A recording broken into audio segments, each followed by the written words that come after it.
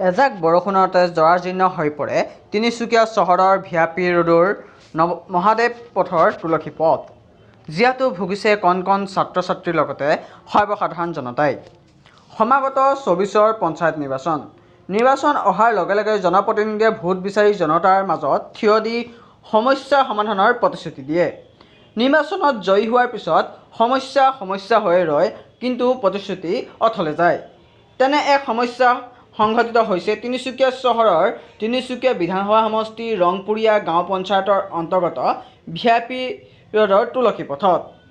নিৰ্বাচনৰ সময়ত ৰংপুৰীয়া গাঁও পঞ্চায়তৰ অন্তৰ্গত ১০ নং বৰ্তমানৰ ৱাৰ্ড সদস্য প্ৰকাশ চৌহানে ২০২১ চনৰ ডিচেম্বৰ মাহৰ ভিতৰত ভিআইপি ৰোডৰ তুলসী পথটি নিৰ্মাণ কৰাৰ প্ৰতিশ্ৰুতি দিছিল। যদিও বৰ্তমান সময়লৈকে নিৰ্মাণ নকৰাক লৈ ক্ষুব্ধ হৈ পৰিছে তুলসী পথৰ নিবাসী লোকসকল।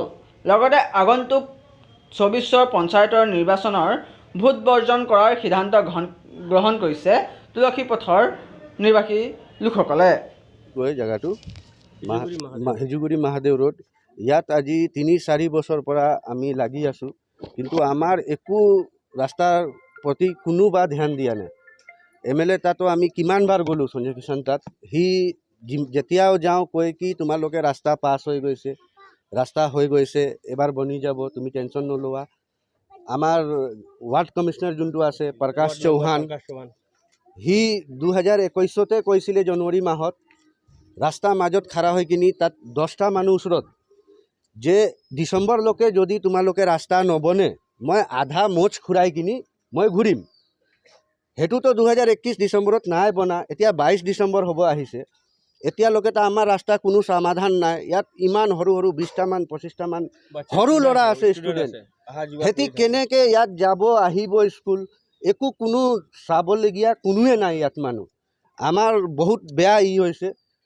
এইটো চৰকাৰততো মই চাইছোঁ প্ৰায় জেগাত সব ৰাস্তা ভাল হৈছে, প্ৰায় জেগাত বিজেপি চৰকাৰত সব ফালৰ ৰাস্তা ভাল হৈছে। আকৌ ইয়াৰ আমাৰ ৰাস্তাবিলাক কেলে কাম নাই হোৱা, কাৰণটো কি আমি সেইটো জানিব বিচাৰিছোঁ যে কেলে আমাৰ ৰাস্তাটো কামটো কেলে আগ নাই বঢ়া। যেতিয়া 2 বছৰ আগত কৈছে যে কাগজত ৰাস্তা তোমালোকে পাছ হৈ গৈছে, যদি নবনিলে আমি এইটো কৰিম তো কেলে নাই বনা, সেইটো আমাক সুধিব লাগে। সেইটো 10 নম্বৰ ৱাৰ্ড, ৰংপুৰীয়া গাঁও ৰংপুৰীয়া পঞ্চায়তৰ আমাৰ ইয়াৰ জেগাডোখৰ মানে নলা নোহোৱাৰ কাৰণে বহুত প্ৰব্লেম। আমাৰ ইয়াৰ যিমান ষ্টুডেণ্টখিনি আছে যাবলৈ প্ৰব্লেম হয়, আৰু জোতা চোতা ইয়াত পিন্ধি যাব নোৱাৰে, তাৰমানে দোকানত গৈ সিফালে গৈ এখন পিন্ধিব লাগে, কাপোৰ কানি চব লেতেৰা হয়। অলপ বৰষুণ দিলে গোটেই পিছফালৰ জেগাডোখৰ গোটেই চবৰে ঘৰে এতিয়াও পানী আছে, এই পিছফালৰ গোটেই চবৰে মানে পানী হৈ যায়। আৰু মেইন প্ৰব্লেম হৈ গ'ল আমাৰ নলাটো ক্লিয়াৰ নাই। সেইডোখৰ অকণমান আগত আছে যদিও তাত মানুহে মানে ভৰ্তি কৰি দিছে, অলপ দিনৰ পিছতে মানে ভৰ্তি হৈ যায়। সেইটো কাৰণে মানে আমাৰ মেইন প্ৰব্লেম হৈ গ'ল নলাটো যদি প্ৰথমে ক্লিয়াৰ হৈ যায় তেতিয়া আমাৰ মানে সুবিধা হ'ব। আমাৰ ৱাৰ্ড কমিশ্যনাৰ হয় প্ৰকাশ চৌহান। কি ক'ব এই সময়ত যিহেতু পঞ্চায়ত ইলেকশ্যন পাইছেহি, হয়, আপোনালোকে কি ডিচিশ্যন লৈছে বৰ্তমান? আমি এইটোৱে